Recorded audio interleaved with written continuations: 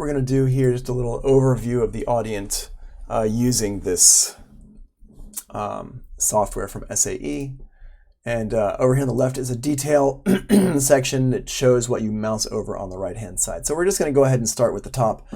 And this is basically a review about what we talked about the other day, just using this kind of mousing over of the Audient here on the screen. So I'm going to zoom in here. So first of all, what we've got here is we've got our meter section up top. And as you can see on the left-hand side, there's a long meter and a short meter. And the long meter is from your tape machine. In this case, it's labeled DAW because most studios are using a DAW. The one at SAE in our classroom does say tape. And then you've got the mic line input there. Now, that can be switched. You can switch those for which one is coming into which. But by default, the multi-track recorder input is on the left. It's the long one. And then the mic line input is on the right-hand side. But as you can see, that mic line input is not very big. It's going to be pretty much useless for really seeing exact levels. So you want to flip those. And the way that we flip those, if we go down here to this next section here, is you see on the left-hand side there's a meter button. It says MTR. That flips the meter so that the mic line input would be on the left-hand side where it says DAW, and the DAW would be on the right-hand side where it says mic line. And you'd see that flip. It won't flip the text, obviously, because the text is written on the board itself, but you'll see the levels moving differently. So that's when you push that meter button down. It's going to flip those back and forth. Okay, so next we've got here on the top, and you can see on the left-hand side of my screen there, it shows it there.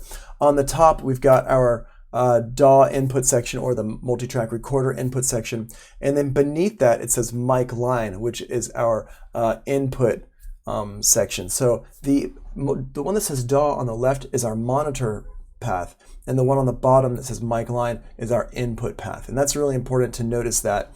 The DAW, the monitor input path, only has a trim knob. It doesn't have a gain knob, and you can tell the difference because the trim knob is set for 0 on top, and we can trim it back or we can trim it up.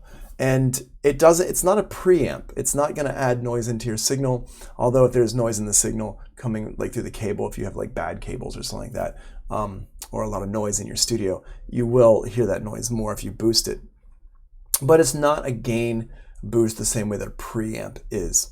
The blue knob on the bottom there is a gain. It's a preamp. And so, you know, every time you have an XLR input on a board, that's going to have a preamp that it goes into.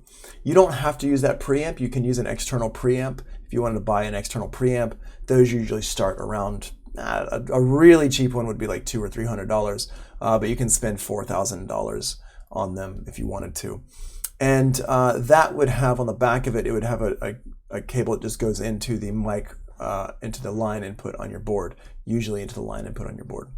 So there's the button there that says line, and that switches between the mic or line input on the back of the console. So if you're running XLR cables with microphones and you're using the preamp, you're going to have that button up. So it doesn't say mic, it's going to say line. And if you have it down, it's going to be going from any kind of keyboards that you might have connected up there. So let me just go ahead and mark you as present. Awesome. All right. So the line button down is going to be for like keyboard stuff like that. The line button up is going to be for your microphone. And then you've got the blue knob there is your gain knob, and then beneath that the red button. Ours is not red at SAE New York. It's just a gray button, and it says 48V. That's for phantom power. If you have if you have a condenser mic that's connected to the board, then you would use that 48 volt or phantom power button. Then you got a phase flip button on the right hand side there, the one with a little 0 with the slash through it. That's phase, flipping the phase. You'd use that if you have anything that's like kind of out of phase, that flips the polarity.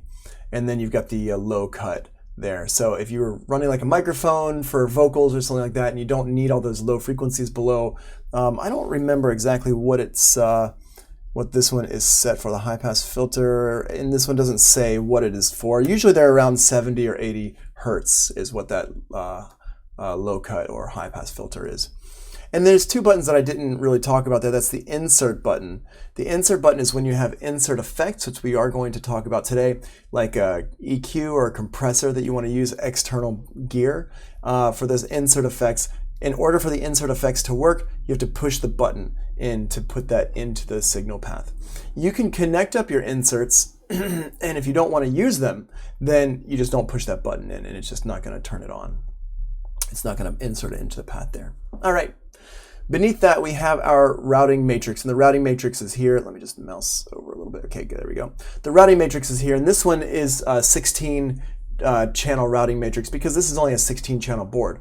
Ours at school is 24 channels. You just have an extra 8 channels there. So it's the same thing. It's just there's more buttons on ours at school, just because we have more channels.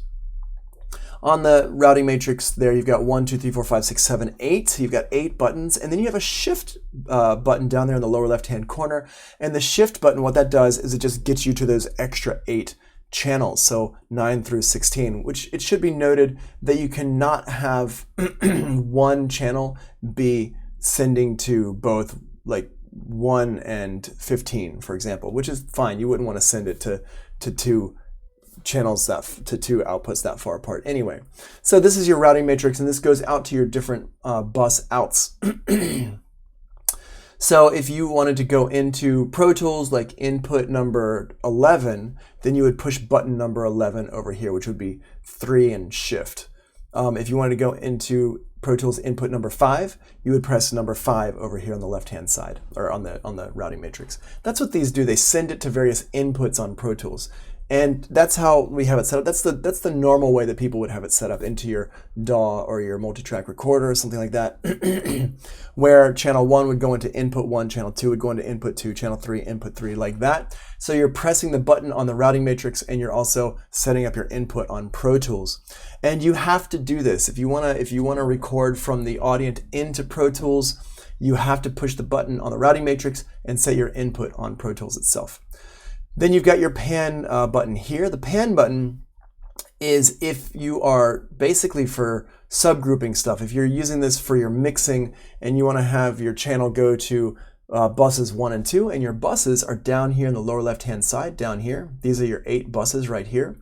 And the Audient at SAE New York does have 8 buses as well. That's the same on both boards. But what happens is basically if you wanted to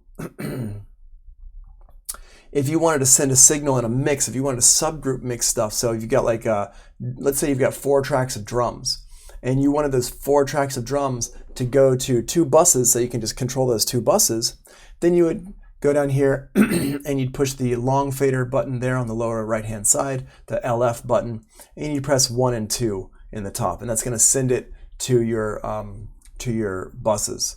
And then you'd want to push that pan button as well. So that's what the pan button is for. It's really for when you're subgroup mixing.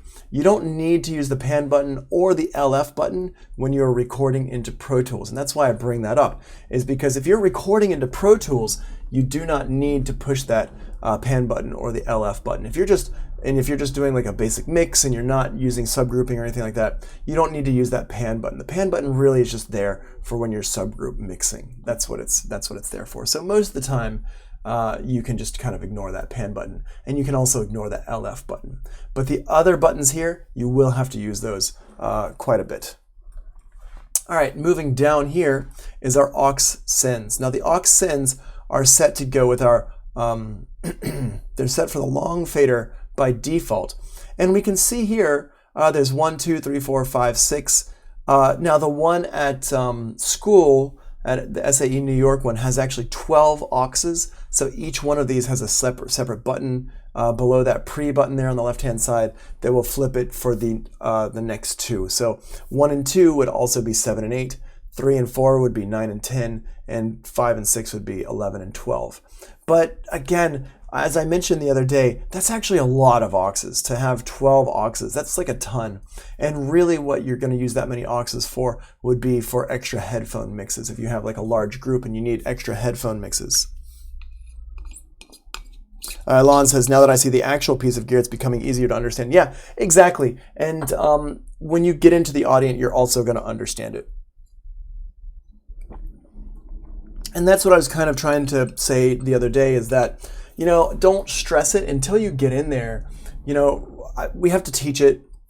You have to learn it. I hope you watch those videos because if you watch those videos, it also helps to understand that stuff. Remember, I mentioned about watching those videos yesterday during the Zoom class. Please watch those videos because that will also help you to understand it, because that's actually people working on the Audient and talking about the different parts. It's really kind of what I'm doing now. Just, oh, you did watch them yesterday? Cool, cool. And I hope, did that help, Jalen?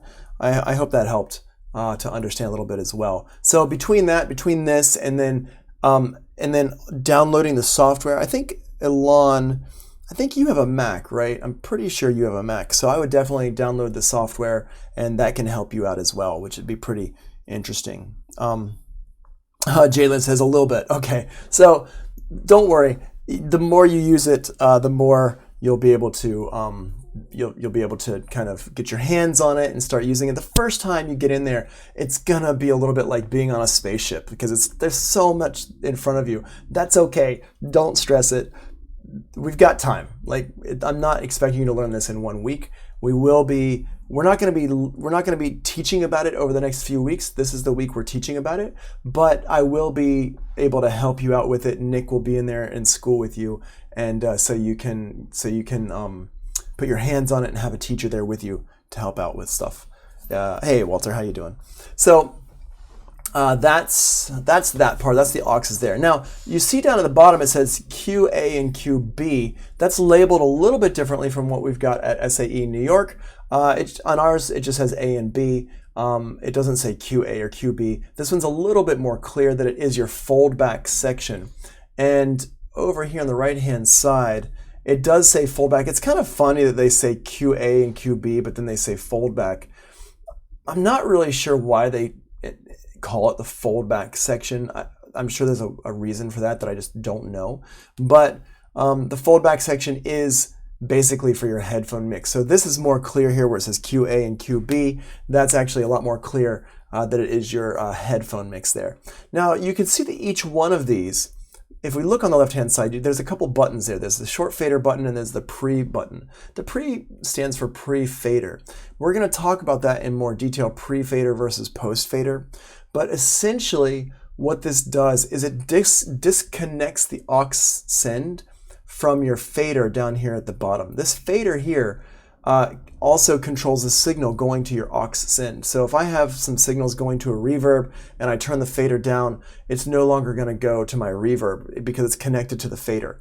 But if I'm doing a headphone mix and I want these levels here on the auxes or the Qs to be separate from my faders, so if I can turn my fader up and down all day and it does not affect my level going to my headphones, then I just push that pre-fader button. And the pre-fader button, it disconnects the signal from the mix that we're hearing in the studio and from the headphone mix. And that's really important.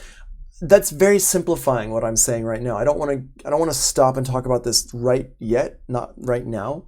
But we are going to come back and talk about this because headphone mixes are important, and understanding that pre-fader is very, very important. And what I'll probably do is set that up in Pro Tools and show you in Pro Tools what I'm talking about, because it is something that's in Pro Tools, it's in Ableton Live, all those things. So that's going to be really useful. Next, we've got down here is our EQ section. The EQ section, let me just scroll down here a little bit. Oh, actually, if I scroll down too much, we're going to go, okay, I'll just, right, like this. Okay, so the EQ section, there we go, is the same on both boards. It's the same on ours, it's the same on this one here. So you've got the high frequency, low frequency section up top, and then you've got the mids on the bottom, and that they each of them have an in button. You see that gray button on the left hand side there, it says in, and if I look right here, it's right here on my oh, if I mouse up too far, okay, well, it's up in the top there and it says in. What that does is it puts it into the signal, so the EQ is in the signal. The reason why it's set up like this is so that you don't have any noise from the EQ corrupting the signal if you don't want the EQ to go into it. Now, the Audient EQs are very good EQs, they're very clean EQs, so you're not going to hear a lot of noise in the signal anyway, but if you don't want to have them in the signal, they're not going to be in the signal at all. And it's what we call discrete systems. So each part of this is actually separate out of the overall signal flow if it's not part of the signal flow. So that in button there, if you want to think about it like this, you can think about it like the in button enables the EQ. Now that's a bit of an oversimplification, but that's how I think about it. I think about it like the in button turns it on. It's like an on button. It's an oversimplification, but that's kind of what's happening here. So the in button there, you push the in button, and then any kind of thing that you do with that EQ is going to affect the signal. You'll notice to the right of the in button, to the right of the name, it says SF. That little SF button is for if you want the EQ to be on the short fader. Now remember, the short fader is, sorry, I'm just gonna get a little throat candy here. I'm talking so much that it's like, and the weather's so cold. Sorry. Okay, so that short fader, what that does is it puts the signal into your input path. So by default, the signal is coming from our monitor path. So if I'm recording a kick drum, for example, and the kick drum is coming into channel 1, and I want to record the kick drum with some kind of amount of EQing, then I can do that using that button there, that short fader button. So what that's going to do is it's going to record the kick drum with my EQ.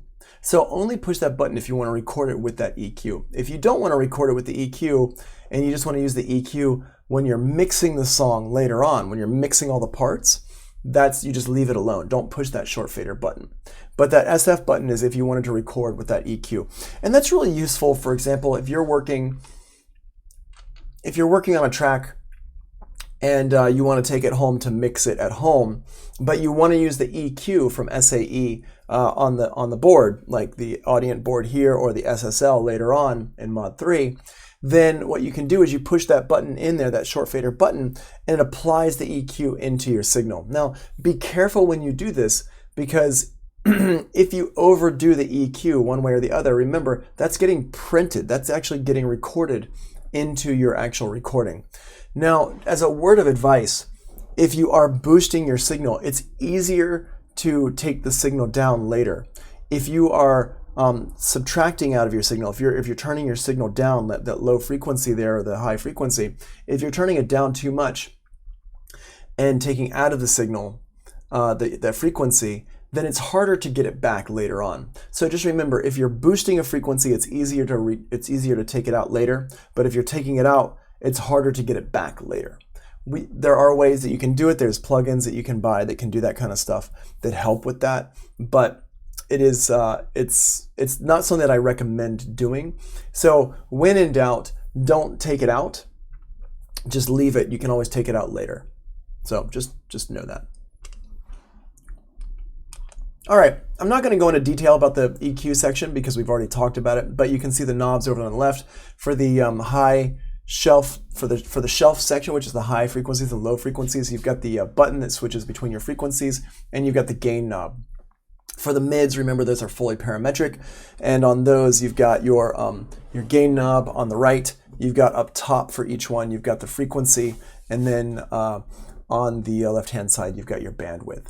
So that's that in a nutshell. Remember, we did talk about that. There's another video actually that just describes the EQ section just in detail anyway. Moving down here is the is your short fader, and we can this one here doesn't have there's no writing on the board here. That writing is just on the left hand side there.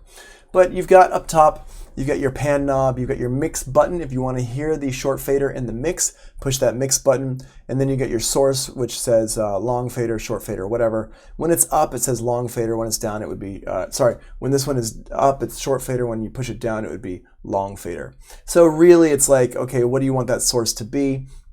That's actually labeled a bit more clearly on this 4816 than it is on the 8024 that we have at school. In the 8024, it's a little bit confusing. But basically, if you're just using this board in default mode, like if you're using the long fader for your monitor path and the short fader for your input path, you don't need to push that source button there. All right, and then you've got the fader itself. Usually when you're recording, you're just going to leave that fader set to 0 and not do anything else with it. And you've got solo, and then you've got your cut button there. And the solo button is if you want to solo the track or the channel, and the cut button is if you want to mute the channel. And if we move down here, It goes off the top of our screen there, but if we move down here, what we're going to see here is same thing basically. You've got a source button, you've got a mix button, and then you've got your pan knob there. And for panning, if you're panning in your mix, you don't have to push any extra pan buttons or anything like that. It's just going to go to your left-right mix bus.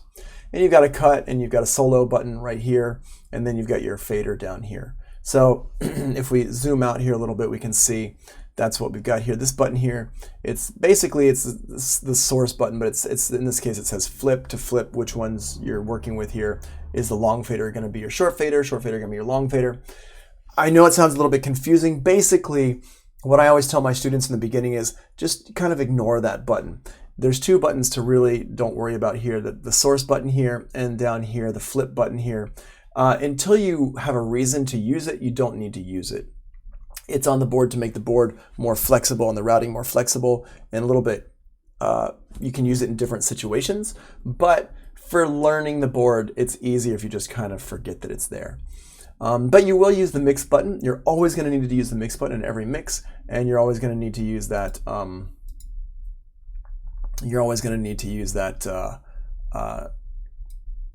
Pan knob there. All right. Cool. So let's move over here to the right-hand side, and what I'm going to do is I'm going to put this on top, and we're going to zoom in so we can just see what's going on here. There we go. Okay, so now what we've got here is this is our stereo inputs.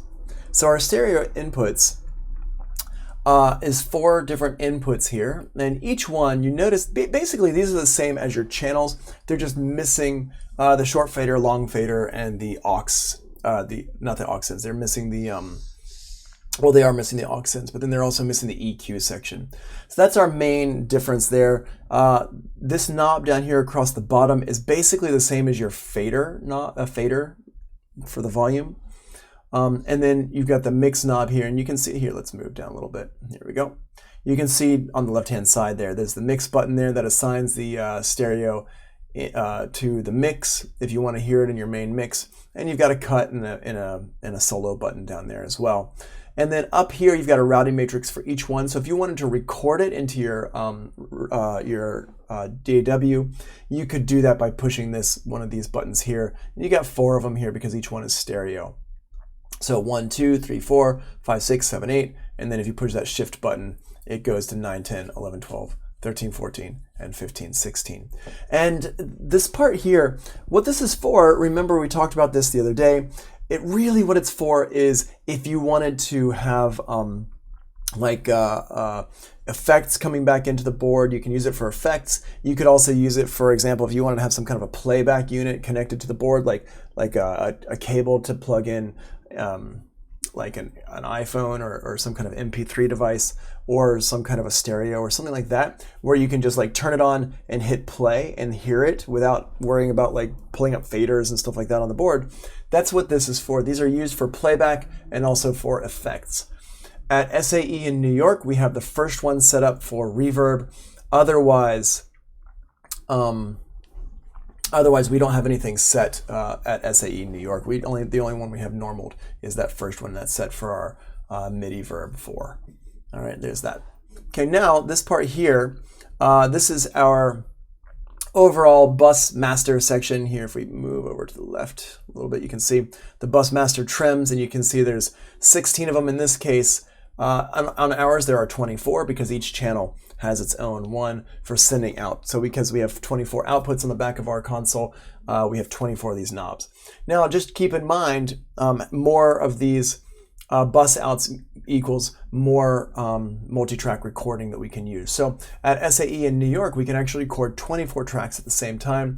At other schools that would have this particular console that we're looking at right now would only have 16 channels recordable at the same time, which is actually plenty. There's nothing wrong with 16 channels. I can't imagine really that most students are going to be recording a session that has more than 16 channels. But if you are, you need to come to New York and work on our Audient at our school. Ha ha ha. All right, down here is here's our aux sends, and we can see here. Let me just scroll over here a little bit so we can see this a little bit better. see what this section is. This is our aux sends. Now this here, let me just back this up a little bit. We'll move this over. This is connected to this over here. So this part here is connected to this part over here. What this is these aux sends are for each individual channel. And this is your master aux section here. Now, in order to send a signal to your device, you need to utilize both of these sections here. So, for example, if I've got a vocal on channel 1 here, and I want to send the vocal to a reverb so I can have a reverb, I need to actually utilize 3 different parts of my board. I need to utilize this one here, first of all, to turn one of these up, like number, let me see here, what do they got here? Effects, number 3 is a reverb, right? So what we need to do is we go over here, we turn up number 3. So let me just hit operate here, and I'm going to go in here to number 3, 1, 2, 3. I'm going to turn that up. You can see it's really hard to see what's going on there. It's really small, but I can turn that up and we can see 1, 2, and 3. So I turn that up number 3 over there. Now, then what I also need to make sure it happens is I have number, wait, what was I saying? Yeah, number 3 is turned up over here as well. You have to turn up both of these. This is my master. And then the next thing I need to do is, because it's on number 3 here in our little demonstration, I'm coming back into stereo return number 3. So I'm going to push this mix button here. There we go. And I'm going to turn this up here. So now this one's pressed in, this is up. So now we can hear that reverb. So let's just go through that one more time. On my channel 1 here, which would be my vocal, let's say, for example, I can turn up number 3 here. Make sure that number 3 on my master is turned up as well. And then in order to, what that's doing is that's sending the signal to my reverb. And then in order to hear the signal back from my reverb, I'm going to turn up the return here for number 3 and make sure that mix button is pressed in like that. Okay, so it should be like this. Now, I understand it's a little bit hard to see. These are very small knobs, but that's essentially how this works. Cool. And I hope that makes a little bit of sense there. Now, sometimes people say like, well, why do we have a master aux here? Why do we need both? Why do we need a master aux and auxes on our channels? Well, that's a really good question. And the reason why is because let's say that I have several different vocals. So if I've got like vocals on channel 1, let me turn that up there, and I'm going to push the mix button here.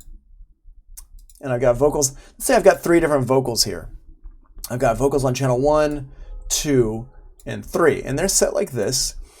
And let's say that vocal number 1, I want that sending to my reverb a lot. So I would turn up a lot here to my reverb. And numbers 2 and 3 here, I don't want them to go to the reverb too much. So I've got different levels set here.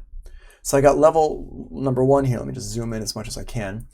So I've got number 1 here, channel 1 is going up a lot. See how it's like quite a bit? And number 2 and 3 are only going up a little bit to that reverb. Well, that's great, but what if overall now I'm like, you know what? It's clipping my reverb. It's going to my reverb too much. This input on my reverb is turning red. It's clipping. I can hear that sound. Well, what I can do is I can just go over here to my master and turn that down a little bit. Now, what that means is that the ratio is still the same. These are still the same amounts of reverb. It's just overall we're sending less signal to that reverb, so it's no longer clipping. Or vice versa, if in general, like I like the amounts, but just in general we need more reverb to send to that reverb, then I can turn this up here, and it's turning all those signals up or all those signals down. And that's really why you want this aux master here. So what I'm saying, I'm not a genius. So whoever designed this stuff is a genius. That's what's going on here with these aux masters. Now, the return here, this is another place where you can control how much reverb you're hearing. But the difference is this one is sending it to the input of the reverb. So if I'm clipping my input of my reverb, I can turn it down here. Or if I need more to go into my reverb, if I want to like hit that reverb a little bit harder to get it more like a warmer sound or a bigger sound, I can do that with my aux send right here. But if I want the reverb just to be less in general or more in general, I can also control that level with my return here. So it's a balancing act, and we're going to talk about this one day when we talk about gain staging. Gain staging is super, super important in understanding your signal flow. Undefeated Mortal, yeah, it's a teaching class. So gain staging is super, super important in that we understand when things are going into something and when things are coming out of something. And that's really, really important to kind of to know what's actually happening. So if I'm hearing like overload in my reverb, like some kind of sounds in my reverb, that's probably because I'm clipping the input. And most reverbs these days are digital, right? So you're going to get like a digital clipping. So I can turn it down right here on this side. But if I turn it down and then I'm like, you know what, it's down too low, I want more reverb, I want to hear more reverb, then I could go over here and I could turn up, this is essentially the output of the reverb. I could turn this up so it's coming in, I'm getting more of my reverb sound overall. So this one here can control how much I might be clipping that reverb or not clipping the reverb. This one over here would be how much reverb I'm hearing coming back to my board. So that's really what we are dealing with there. Monique says, yes, come join us at SAE. Check out the website. Yep. Awesome. Thanks, Monique. So that's the overview of how these auxes work. And I hope, Monique, I hope that helped you understand that a little bit more. I know this stuff is pretty confusing. We are going to be talking about this in more detail another time. Don't worry, this is not the end of us talking about send effects. We're going to be talking about send effects a lot more. I've got a lot of diagrams, I've got a lot of pictures of stuff. Right now, we're just kind of doing an overview of the Audient, and that's why I'm kind of moving on. All right. Oh, great. There you go. Well, there you go. SAE next year. It'll be really, really good. There's SAEs all over the world. All right. So moving on. So we talked about the stereo inputs. We talked about our bus masters. These bus masters actually, since we're talking about like levels and multiple things, this is essentially the same thing here as these aux send masters. So for example, I've got all my vocals here on 1, 2, and 3. And if I wanted to, can I? No, I can. Okay, so it's vocal 1. Can't see it, but vocal 2 and vocal 3. Oh, hey, there we go. Awesome. So if I got my vocals 1, 2, and 3, let's say that I am recording all of these into input number 1 at SAE. So I just go in here into Pro Tools. They're all going to channel number 1, so you can see. It's really hard to see. It's very, very small, but you can kind of see that I press number 1 here, I press number 1 here, I press number 1 here. And so 1, 1, 1, these are all going to the same output, the same bus output or the same input in Pro Tools. So what I can do is if overall I'm clipping my input in Pro Tools, I can actually adjust my overall level of all 3 of those. They're still going to retain their relationship to each other here. They're still going to say like this one's loud, this one's soft, this one's loud.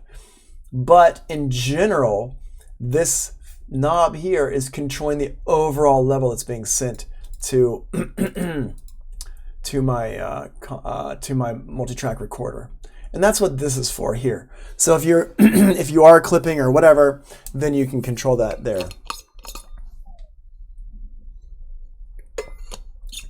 And one thing you'll start to notice as you start to tie all these pieces together, we're going to be talking about the same stuff over and over and over again as we go through.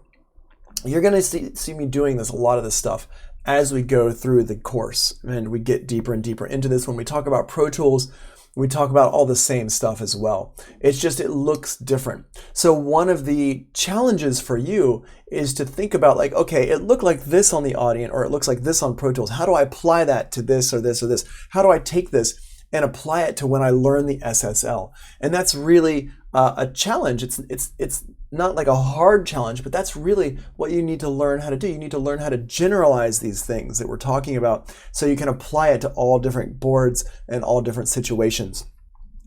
So, yeah, signal flow. Signal flow. Super, super important. All right.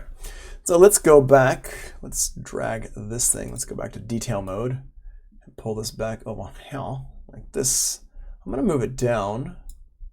Yeah, perfect. All right.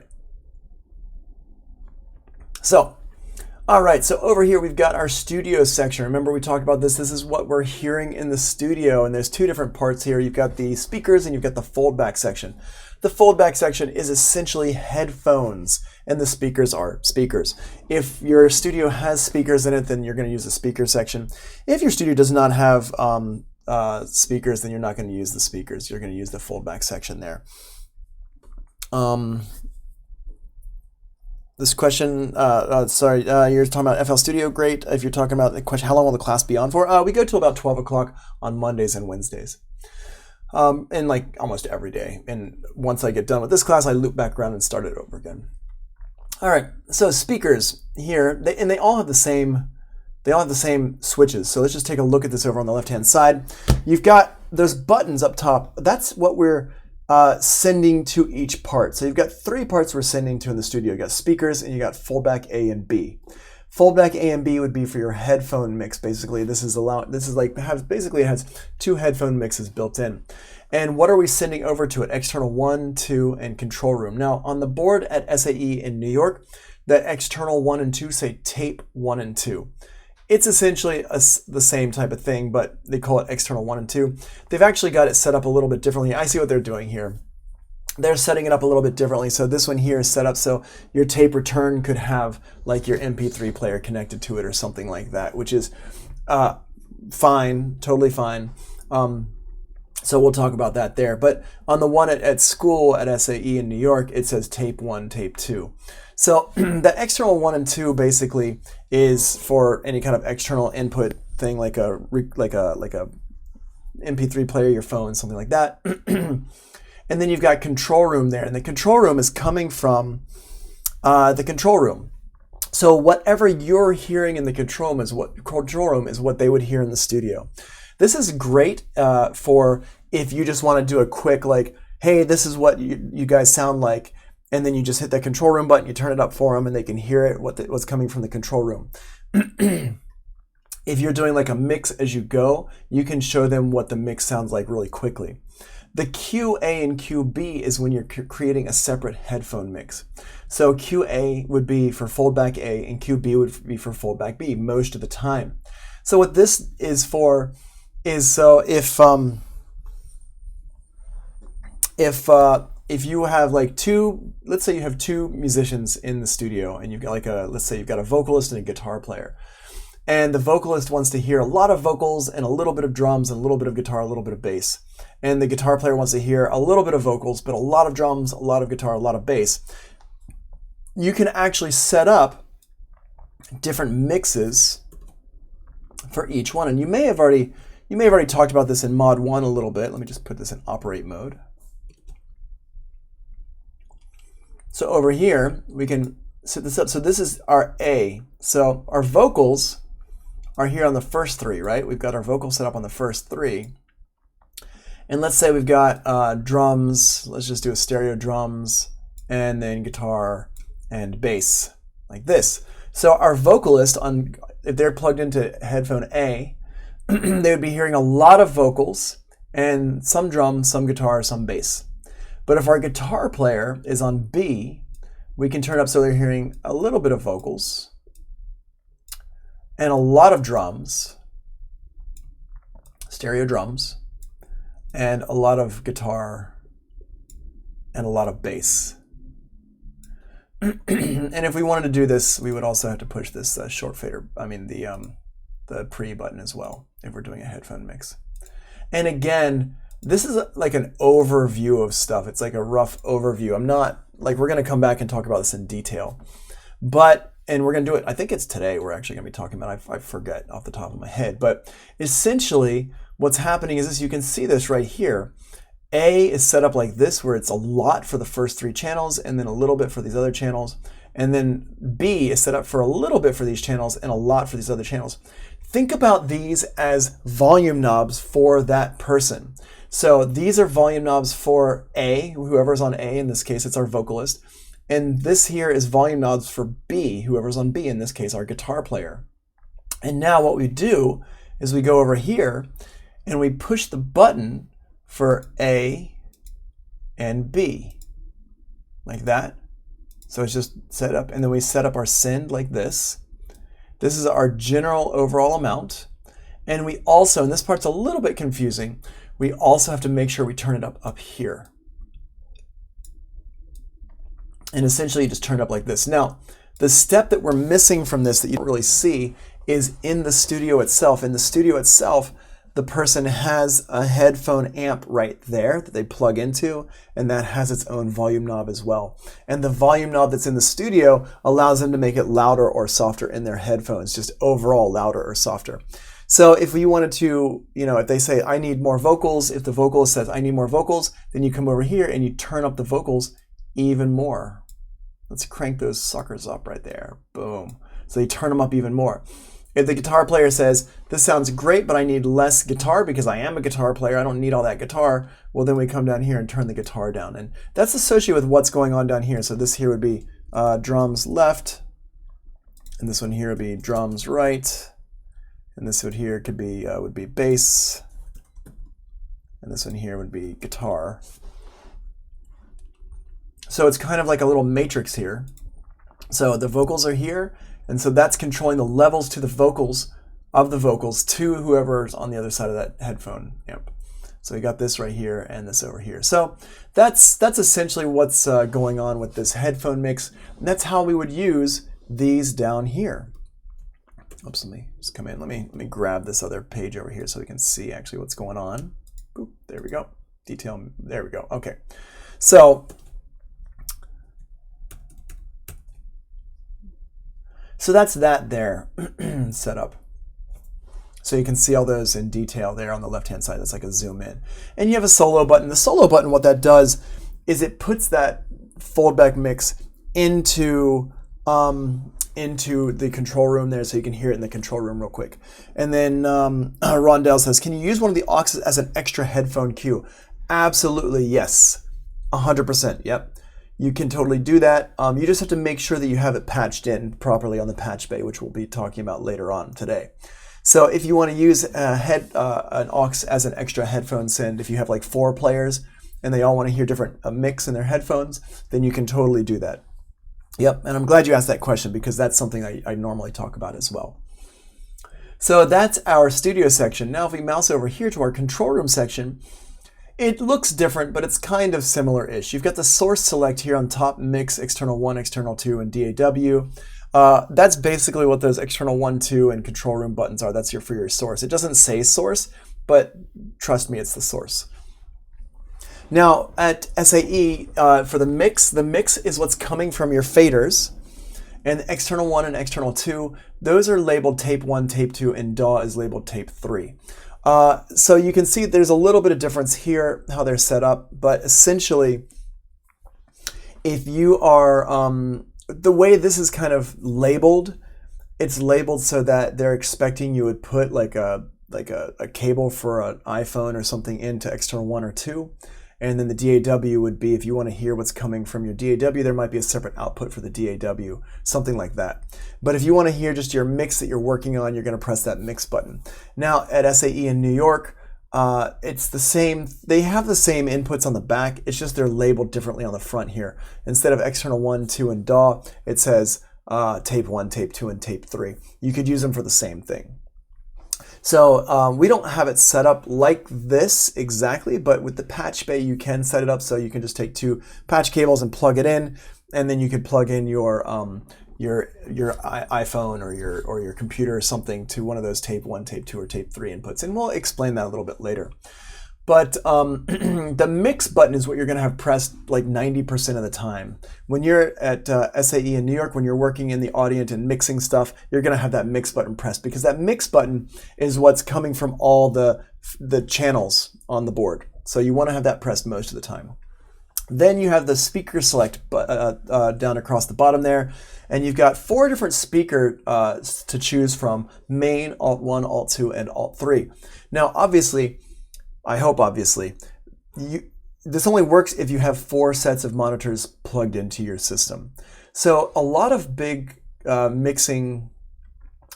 studios have multiple sets of monitors. They usually have a couple of pairs of near field monitors, the ones that are closer to you, and then there's usually one pair of far monitors that are further away. So we have, I believe the SSL is set up like that. I'm not sure if the SSL has two sets of monitors though. I know they've got, at least they used to have the bigger monitors in the wall. I don't use the SSL at SAE, that's why I'm a little bit fuzzy on it, so pardon my ignorance. But on the Audient room, we actually only have one pair of monitors, just the ones that are up there. I believe it's the Mackeys, might be the Focals actually. But we've got the main, so you're only going to press that main button there. And then if we, let me mouse down a little bit so I can get everything on the screen. There we go. So the other thing is that you'll notice that there's 3 knobs to control the level for Alt 1, Alt 2, and Alt 3, but there's not a knob over main. That's because the main section is right below it. That red knob there is for your main monitors. So if you only have one set of monitors connected up to your whole system, then you're just going to use that main section there and that main level section beneath it. Does it matter how the monitors are positioned? Oh yeah, it totally matters how the monitors are positioned. Yeah, 100%. Makes a big difference. It's beyond the scope of what we're talking about this module. I'm not talking about how you position your monitors at all. But there's lots of stuff on the internet about it, and it's one of the things we do teach at SAE, but not in Mod 2. All right, so beneath that where it says main monitors, you've got a couple buttons there we're going to talk about. Once again, at SAE in New York, you're really only going to press that main button because we don't have extra monitors in the room. But if you did have extra monitors in the room, you'd use those level knobs there. The reason why we might have extra monitors, why studios want to have extra pairs of monitors, is so you can get a variety of how it sounds. If you're only listening on one set of monitors, you're only getting one kind of test group there. You want to hear it on different monitors in order to check out your sound and make sure it sounds good. So it is better, that's why studios have different sets of monitors. For example, when I was working in Japan, I had a little boombox that I played everything on because that boombox was what the president of the company listened to everything on, because it was a small company, it was an indie label. And everything went through one guy, and he had this little boombox in his office that he listened to everything on. So I bought the same exact boombox and I set it up so I had my monitor speakers, which is what I wanted to listen to, and I could get it. It sounded really nice. And then to test the mix out, I would push my button for my separate output, and it would go to the boombox, and then I could hear it like exactly what he was going to listen to. Then down there where it says main monitors, you've got your level there. That's the level you're going to use. You've got a mono button to check for mono compatibility. Then you've got your cut left, your cut right. That cuts out, that mutes the left side or the right side, so you can just hear one side or the other to check for any problems. Then you've got a cut button, which just mutes the sound overall, just turns the sound off. And you've got a dim button, and the dim button just turns the sound down. So you can still hear it, but now you can easily talk over the top of it or have a conversation, which you shouldn't be playing the music too loud anyway, but just in case you are, that dim button is there. All right, getting towards the end here, the section over here, we've got the oscillator section. This just sends a tone out through your speakers to check out the room, whatever. You're not going to really need this at SAE in New York, but basically you see the buttons on the left-hand side there. Different combinations of buttons up or down chooses different frequencies, which are those numbers there, and it shows you a little diagram about how to set that up. You got the level, and then the on button if you want to turn it on, and you've got a mix button or a bus button, which I don't remember if those are actually on the SAE at the 8024 or not. But basically, if you wanted to go to your mix, you would push the mix button. If you want to go to the buses, then you would push the bus button. It would send it out to your buses. So you can basically just for checking different frequencies and stuff like that. Then down here, you got your solo section here, and you've got your solo level, which you want to have up in the middle, and you've got solo in front, which is, remember we talked about this, a mix between your overall mix and the soloed out instrument or channel. And you got AFL, PFL button, and you got solo in place button there as well. And we already talked about all that stuff. And then finally over here, we've got our compressor over here on the right-hand side. And that's our mix bus compressor. It's set up like the SSL mix bus compressor on the G series consoles. And so that just makes it easy to kind of learn how to use that compressor and this compressor also. It's a good compressor, sounds great, but it's just keep in mind it's only on your master mix. It's not set up for anything other than master, the main output there. And actually, this mix bus compressor, it doesn't work on this. We don't have it set up for this demonstration software. So that's why it says disabled. If I mouse over it, it says disabled because it just doesn't work, but it's here so you can learn about it. And that's got the ratio, threshold, makeup gain, and then your attack and release and that stuff there. Awesome. And then down here in the bottom right-hand corner, let me see if I can get over so you can get them both on the screen. Bottom right-hand corner is our talkback section.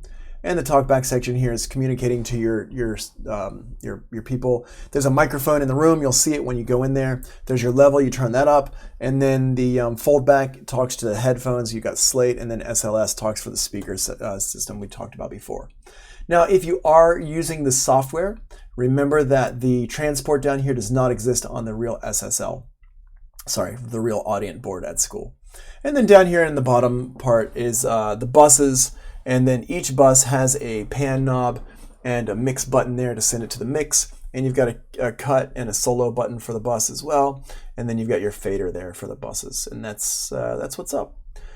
Finally, the very last thing here is our master fader. Essentially, you're just going to turn that up. Let me just show you here. You're just going to turn up and leave it up. You're not going to ever adjust this, especially if you're doing a bounce. Because if you're doing a bounce and you adjust that, it's going to affect your overall level of your recording. So be aware of that. Awesome. So that's our rough overview here, just a real quick and dirty overview. Let me go ahead and stop the recording here.